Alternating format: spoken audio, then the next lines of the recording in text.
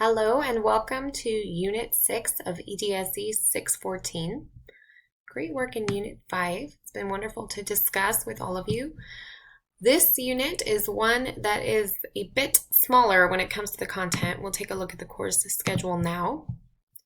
So for Unit 6, we will have two things that will be due. You can see the assigned reading here.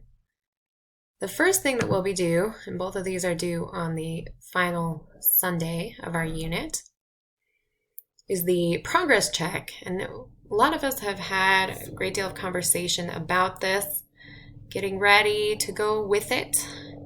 This progress check is not to cause you stress, but just to make sure that we're all on track, because as I've mentioned before, with major assignments like this one, it can be easy to fall behind, especially as the pace of the semester picks up. So I recently sent an announcement about this, and I'll go to that announcement now.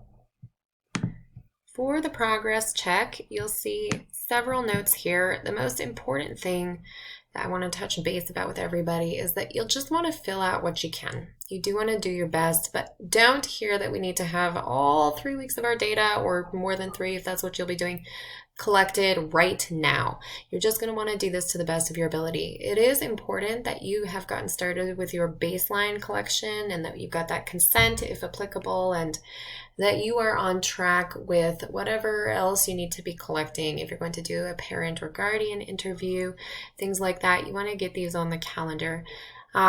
One thing you might want to submit on the progress check, for example, if you are doing a parent or a guardian interview, is if you've not conducted it yet, you can add what you plan to talk about and an agenda for this. So it's very important that we just are working towards it, and that's what I want to make really clear.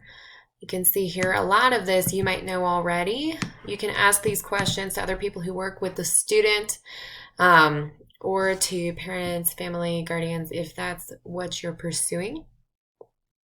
And keep in mind these other data sources as well. For those of you who are looking at frequency and duration, that's a really valuable one. You can see this example down here of the data. This is a good way to get started. So please just send me in this submission everything you have. And if you don't have something, send me your plan for how to get it. And that will be sufficient for full credit.